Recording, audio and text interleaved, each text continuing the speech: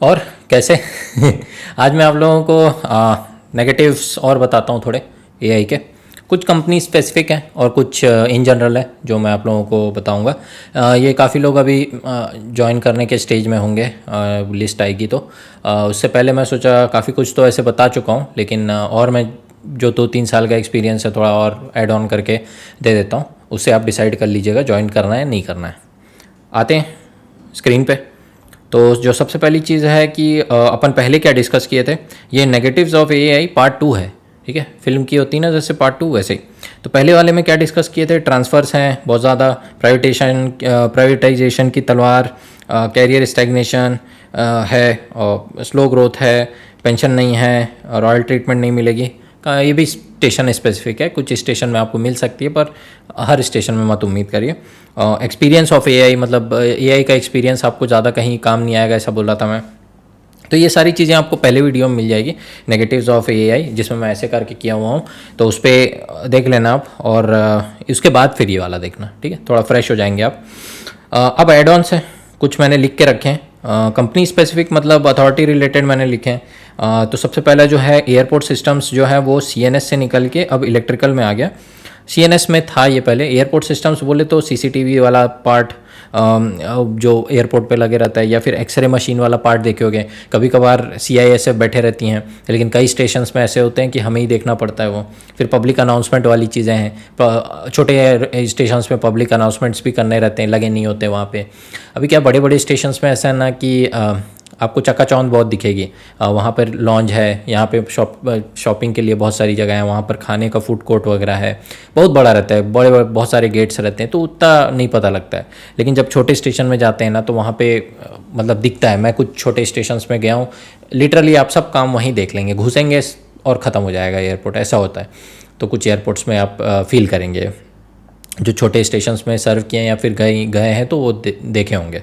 तो उसमें सिर्फ कभी कभार यही पार्ट रहता। तो एयरपोर्ट सिस्टम्स जो सीसीटीवी, एक्सरे, पीए और भी चीज़ें रहती हैं, मैं तो बस जो दिखती हैं वो चीज़ें लिखी है मैंने। तो ये जो पार्ट था एयरपोर्ट सिस्टम्स में आता था। एयरपोर्ट सिस्टम्स एक अलग विंग है, जैसे सीएनएस हो गया, एटीसी हो गया, फाइनेंस हो गया, और फायर का डिपार्टमेंट हो गया, कॉमन कैडर वाले हो गया। अब तो ये भी एक चलता था एयरपोर्ट सिस्टम्स। अभी तक सीएनएस के साथ मर्ज था वो, लेकिन अब सर्कुलर आ गया है, इसका ऑर्डर आ गया है, और वो अब से इलेक्ट्रिकल में रहेगा। मतलब इलेक्ट्रिकल में रिक्रूटमेंट हो रही है तो उसमें आपको ये लोग भी मिलेंगे। एयरपोर्ट सिस्टम्स के अगर रिक्रूटमेंट होती है तो वो लोग भी इसमें आएंगे, और जो पहले से हैं वो भी आप लोगों के साथ मर्ज हो जाएंगे इलेक्ट्रिकल में। तो ये एक चीज़ है, एक तरह से मैन पावर लूज होना होता है, वो बोल सकते हो आप। लोग कम हो गए अपने अंदर से। फिर इसमें जो पोस्टिंग्स वगैरह हैं वहाँ पे भी हैम्पर आएगा। कई स्टेशन में सिर्फ एयरपोर्ट सिस्टम्स था तो सीएनएस वाले पोस्ट हो जाते थे, लेकिन अब वो भी नहीं होगा, तो वो इलेक्ट्रिकल में चला जाएगा। तो ये एक रिसेंट एक्टिविटी है जो हुई है, तो इस पर एक्शन भी चल रहा है। तो ये एक है। दूसरा ये हो गया कि कैरियर स्टैग्नेशन और थोड़ी बढ़ गई है। लेटेस्ट अभी एक रिक्रूटमेंट हुआ है मैनेजर लेवल पे, जो बहुत पुराना रिक्रूटमेंट था, जिसके कोर्ट केस के बारे में मैं बोला था। वो चल रहा था, लेकिन अभी वो जीत गए, तो अब उस पर रिक्रूटमेंट हो रहा है, तो वो ज्वाइन करने वाले हैं कुछ ही टाइम पे। और इसका रिज़ल्ट अभी आप देख भी सकते हो, वहाँ पे साइट पे है। और ये 2018 का केस है, बहुत पुराना केस है, ऑल्दो 5-6 साल पुराना केस है, पर स्टिल 100 भी ज्वाइन करते हैं तो एक तरह से नुकसान है। तो ये सब ज्वाइन करके एज अ मैनेजर बन जाएंगे, और हम लोग नीचे हैं, तो एक तरह से ख़राब लगता है। लेटरल रिक्रूटमेंट हो रही है, और ऐसा भी नहीं कि कोई गेट लेवल का एग्ज़ाम हो रहा है और उससे अपन 60 बेसिक पे आ रहे हैं लोग। तो वो चीज़ एक थोड़ी बर्न महसूस होता है, लेकिन अब कुछ कर नहीं सकते, ये भी एक चीज़ है। तो उससे क्या कैरियर स्टैग्नेशन और बढ़ती है। फिर उसके बाद एक और ऐसी चीज़ है कि वैकेंसीज़ थोड़ी कट की गई हैं, ऊपर की पोजीशंस बढ़ाई हैं, नीचे की पोजीशंस कम की हैं डेजिग्नेशंस में। तो उसकी वजह से थोड़ा हैम्पर आ रहा है, स्लो ग्रोथ हो गई है। और पहले तो थी, पहले पॉइंट में बताया था मैं, पर यहाँ पे और बढ़ गई है। हालांकि इसका काउंटर आर्ग्यूमेंट ये भी देते हैं कि बहुत सारे लोगों का रिटायरमेंट है ऊपर के पोजीशन में, तो वैकेंसीज़ अपने आप क्रिएट हो जाएंगी। पर कितना, वो मेरे को अभी आइडिया नहीं है, वो एकदम एग्जैक्ट फिगर बताना कुछ कि इतने लोग रिटायर हो जाएंगे तो इतने टाइम में अपना प्रमोशन हो जाएगा, ये सब चीज़ें नहीं है अभी। मतलब समझ लीजिए एक तरह से और स्लो हो जाएंगे। मैनेजर बनने में ही आपको बहुत टाइम लग जाएगा ना, 8-8, 10-10 साल लग जा रहे हैं ऐसे। इस लेवल पे मैनेजर बनेंगे, अगर जूनियर एग्जीक्यूटिव आएंगे तो इतना टाइम में बनेंगे, तो इससे अच्छा आपको लगेगा कि कहीं और ही सर्व कर लेता हूँ, नहीं। तो ये एक चीज़ है, कैरियर स्टेगनेशन बढ़ी है।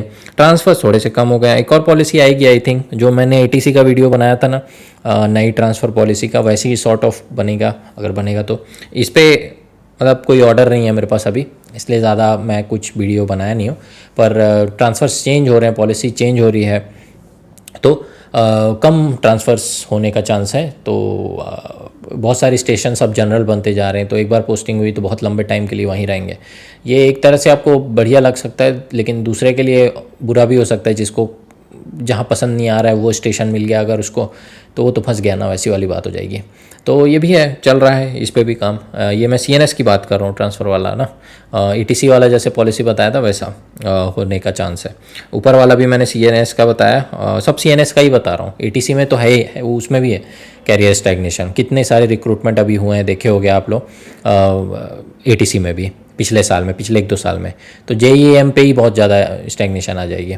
पर यूजुअली गवर्नमेंट पोजीशन में नहीं देखते हैं स्टैग्नेशन, भाई नौकरी मिल रही वही बड़ी बात हो जाता है ना कई लोगों के लिए। तो वैसे भी देख सकते हो, पर एक टाइम के बाद आपको फील होगा, वो बर्न फील होगा कि भाई मेरा प्रमोशन नहीं हो रहा है टाइप का, कब होगा, आस लगाए रहेंगे। तो वो चीज़ें और हैं। फिर उसके बाद डोंट डिपेंड ऑन एनीवन, ये एक्सपीरियंस कैंडिडेट्स के लिए है थोड़ा, जो मतलब एक्सपीरियंस्ड है, दुनिया देख ली है बहुत ज़्यादा, और कुछ जगह सर्व भी कर लिए हैं, पढ़ाई लिखाई हो गई है आप लोगों की, थोड़ा काम कर लिए हैं, अपनी फैमिली लाइबिलिटीज़ ऑफसेट कर लिए हैं, तो उसके बाद कुछ सोच रहे हैं, तब के केस में बोल रहा हूँ। जैसे मैंने ये ऊपर का एग्जांपल दिया ट्रांसफ़र वाला, अभी 1-2 साल पहले तक मैंने वीडियोस बनाए थे उस पर, कुछ और ट्रांसफ़र पॉलिसी देखे होगे आप। इसके बाद लेकिन अभी नए बनाए 1-2 वीडियो मैंने ट्रांसफ़र पे, तो अब अलग पॉलिसी है। तो पॉलिसी कब चेंज हो जाए आपको नहीं पता, गवर्नमेंट कब चेंज कर दे चीज़ें, you can't rely on them. तो आपके फेवर में है आज चीज़ें, डजंट मीन कि कल भी रहें, तो वो चीज़ इंपॉर्टेंट है, ध्यान रखना। तो मेरा मतलब सजेशन रहेगा, अगर आप एक्सपीरियंस हो गए, डिपेंडेंसी जितनी कट कर सकते हैं दूसरों पे उतना करिए, और खुद का कुछ कर सकते हैं तो और भी अच्छी बात है। इस पर मेरे पास ज़्यादा इन्फो नहीं है, मैं खुद ट्रायल एंड वो वाले मोड में हूँ, हिट एंड ट्रायल वाले मोड में। लेकिन इस पे मैं ज़रूर आपको आइडिया प्लांट करना चाहूँगा आपके दिमाग में, जैसे वो इंसेप्शन मूवी में नहीं करता है लियोनार्डो डिकैप्रियो और उसकी टीम, एक आइडिया प्लांट करते हैं वो लोग दूसरे के एक बंदे के अंदर, तो वैसे ही मैं इस पर आपको प्लांट करना चाहूँगा। तो इस पर ज़रूर ध्यान दीजिएगा, अगर कुछ कर सकते हैं तो आगे चल के आपके लिए बहुत बेनिफिट होगा, क्योंकि सब कुछ पूरा परिवार आप एक चीज़ पे टिका देना कि मेरा एक ही सोर्स ऑफ अर्निंग पे, वो थोड़ा रिस्की चीज़ हो जाती है। और ख़ासकर अभी जब बहुत चेंजेस आ रहे हैं, डायनामिक्स कितने चेंज हो रहे हैं आप देख रहे होगे अपने कंट्री में, बाहर के लेवल पे भी। और एक और एग्जांपल देता हूँ, जैसे बजट वाला हो गया, हर साल बजट आता है, बजट में चेंजेस आते हैं, उस हिसाब से चेंजेस लाने पड़ते हैं। ये सॉर्ट ऑफ एग्जांपल है एक तरह से, पॉलिसी चेंज हो गई तो आप आपके फेवर में नहीं हो गई मे भी, तो अब क्या करोगे आप वैसे वाले। तो इन चीज़ों के लिए भी प्रिपेयर रहें, हेज कैसे करेंगे इन सब चीज़ों को। तो ये एक इम्पॉर्टेंट पॉइंट मैं आपको बोलूँगा, ध्यान रखिएगा, बहुत इंपॉर्टेंट है ये। तो ये 3-4 जो थे मैंने थोड़ा कंपनी स्पेसिफिक बताया आपको। अब जो 3-4 हैं बात के, वो थोड़ा अब इन जनरल वे में है। तो वर्किंग आवर्स एक है, कभी कभार आपको ऐसा लग सकता है वर्किंग आवर्स में मतलब वर्किंग बहुत कम है, लोड नहीं है ज़्यादा, तो उस हिसाब से सैलरी सही है, बढ़िया है, कोई दिक्कत नहीं है। लेकिन किसी दिन ऐसा फील हो सकता है आपको कि बहुत प्रेशर है, इतना तो मैं काम करके मैं प्राइवेट में अर्न कर सकता हूँ बहुत ज़्यादा, या फिर इतना ही काम करना है तो मैं बहुत कुछ अलग ही क्रिएट करता हूँ और ख़ुद का चालू करता हूँ, दुकान में ही बैठ जाता हूँ, या तो फिर तो ऐसी चीज़ें फीलिंग आ सकती है। ये बर्न फील हो सकता है, ये इन जनरल इसीलिए है क्योंकि ये अथॉरिटी में नहीं है, और भी कहीं फील हो सकता है आपको ये। इसके लिए रेडी रहें, वर्किंग आवर्स के हिसाब से आपको सैलरी मिल रही है वो ज़रूरी नहीं है, तो उस चीज़ का लिए प्रिपेयर रहें, और अगर प्रिपेयर भी हैं तो क्या करेंगे उसके लिए वो भी सोच के चलें, ठीक। नेक्स्ट, पेंशन के बारे में ज़रूर सोचें। पेंशन के बारे में मैंने पहले वीडियो में भी बताया था, लेकिन ये मेरे को बार बार चीज़ खटकती है मेरे दिमाग में कि अगर मैं मेहनत भी कर रहा हूँ तो मेरे फ्यूचर के लिए क्या है, मेरे हाथ पैर काम करना बंद कर देंगे तब क्या, क्योंकि अथॉरिटी तो किसी और को ले लेगी, फिर हम तो रिटायर हो जाएंगे। ऐसा भी नहीं कि कुछ दे नहीं रही है रिटायरमेंट पे अथॉरिटी, पर यह है कि जो पेंशन का सुकून रहता था ना, वो नहीं है, वो मेरे को बार बार खटकता है। इसके लिए आप क्या करेंगे उस पर ध्यान दीजिए। ये भी मैं एक आइडिया प्लांट करना चाहूँगा दिमाग में आपके, जो मेरे को बार बार फील होती है ये, और मैं इसकी वजह से मैं बहुत सारी चीज़ें ट्राई करते रह रहा हूँ, पर कुछ ऐसा फ्रूटफुल रिज़ल्ट नहीं है मेरे पास जो आप लोगों से शेयर कर सकूं। पर ये जो पहला पॉइंट बोला मैं, एक डिपेंडेंसी कट करना और दूसरा ये पेंशन वाली पार्ट, इनके बारे में क्या करेंगे आप ज़रूर विचार करें। नेक्स्ट, फ्रस्ट्रेशन और प्रेशर। जॉब में प्रेशर फ्रस्ट्रेशन आपको फील हो सकती है कई दिनों पे, और प्रेशर फ्रस्ट्रेशन कैसे निकालता है आदमी आपको पता है। बीवी बच्चों को भी मारते हैं कई लोग, ये सब चीज़ें बहुत जानते ही हैं आप लोग, कुछ ऐसा वो नहीं है। और किस तरीके से निकालते हैं फ्रस्ट्रेशन लोग ये भी पता है आपको, ज़्यादा डेप्थ में जाने की ज़रूरत नहीं है मुझे। पर आपको पता रहना चाहिए कि प्रेशर हैंडल कैसे करेंगे, फ्रस्ट्रेशन कैसे आए, किसी काम में फ्रस्ट्रेशन आ रही है तो उसको कैसे ऑफसेट करेंगे। मैं जनरली ऐसे लोगों के करीब नहीं रहता हूँ जो तकलीफ़ देते हैं मेरे को लोग, उन लोगों को मैं कट कर देता हूँ अपनी लाइफ से। ज़्यादातर मेरा यही रूल है। और प्रेशर में ज़्यादा प्रेशर लेते हैं या फिर ज़्यादा फ्रस्ट्रेशन में रहते हैं, तकलीफ़ देते हैं, ऐसे लोगों से दूर रहने का मेरा ये तरीका है। और या तो फिर मैं ऐसी सिचुएशन उत्पन्न होने ही नहीं दूँ, ऐसा कोशिश करता हूँ कि प्रेशर फ्रस्ट्रेशन वाली ना आए। वो लास्ट मिनट में काम करना वो नहीं हो पाता है सही एकदम, मेरे को लगता है उस पर बहुत ज़्यादा प्रेशर, और प्रेशर फ्रस्ट्रेशन पे मेंटल इफेक्ट पड़ता है, आपकी टीम पे इफेक्ट पड़ेगा, विसिनिटी जो इर्द गिर्द में लोग हैं आपके उनको इफेक्ट पड़ेगा। ये हर किसी के बस के नहीं है प्रेशर, हाई प्रेशर पे काम कर पाना। ये बहुत लोग टूट जाते हैं, गाली गलौज पे आ जाते हैं, मतलब बहुत नेगेटिव एनवायरनमेंट हो जाता है, आपको पता ही होगा। स्कूल कॉलेज में तो रहता है एक अलग, पर ऑफिस लाइफ में भी ऐसा फील कर सकते हैं आप, ठीक है। तो थोड़ा इन चीज़ों के लिए भी प्रिपेयर्ड रहें, कैसे ऑफसेट करेंगे इनको। लास्टली, एकदम दिल की बात, डोंट ट्रस्ट एनीवन ब्लाइंडली। इस पर एक इंसिडेंट भी है मेरे पास, मैं कभी आप लोगों से शेयर करूँगा। मैं मतलब जनरली किसी पे भरोसा नहीं करता हूँ, मेरा बाय डिफ़ॉल्ट मोड रहता है कि सामने वाला पर्सन बेकार है, और अगर भरोसा करना है उस पर तो बहुत सारी चीज़ें देखनी पड़ती हैं उनके, या फिर बहुत टाइम हो गया हो, आप समझ गए हो कि हाँ भाई ये पर्सन के एट्रीब्यूट्स ऐसे हैं, ये चीज़ें हैं, तो हाँ चलो भरोसा किया जा सकता है इस पर आज के डेट में मैं बोलूँगा कि गाय बन के ना रहें, एकदम भरोसा किसी पे भी ब्लाइंड नहीं ना करें। स्पेशली ये मैं पर्सनल लेवल पे नहीं बोल रहा हूँ, प्यार मोहब्बत के पर्सपेक्टिव से नहीं बोल रहा हूँ, प्रोफेशनल लेवल पे बोल रहा हूँ मैं, ठीक। तो इस पर मतलब आपके कलीग्स हो, जूनियर हो, सीनियर हो, किसी पे नहीं भरोसा करने का। मैं तो इनफैक्ट किसी पे नहीं करता हूँ एकदम, मतलब कोई दोस्त भी हो तो मतलब क्या रीज़न है मेरे पास भरोसा करने का, मैं 10 बार पूछता हूँ, ऐसा है।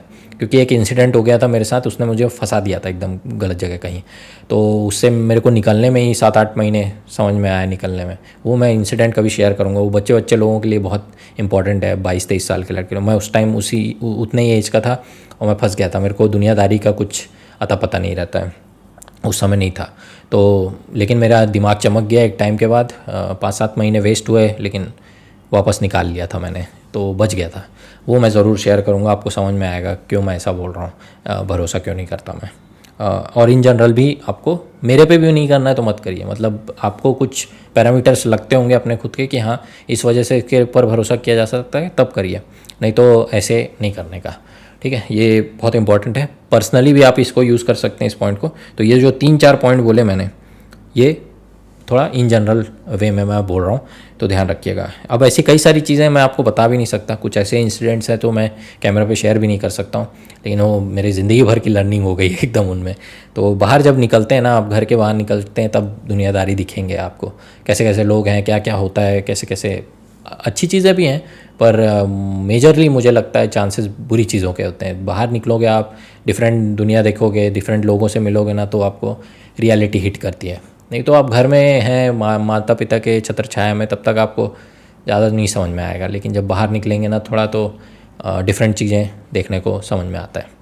तो ये था, आई होप नेगेटिव थोड़े समझ में आया हो, नेगेटिव और more of a experience type of video था ये, लेकिन आपको एक फील आ गई होगी कि कैसे करना चाहिए। और भी मैं बनाते रहूँगा फ्यूचर में अगर कुछ लगा तो। यही मेरी लर्निंग्स थी थोड़ी, नेगेटिव टाइप में भी और पॉजिटिव टाइप में भी लेना है तो ले लीजिए, पर मोर ऑफ मेरे को ये नेगेटिव चीज़ें लगती हैं तो मैंने मेंशन की, ठीक।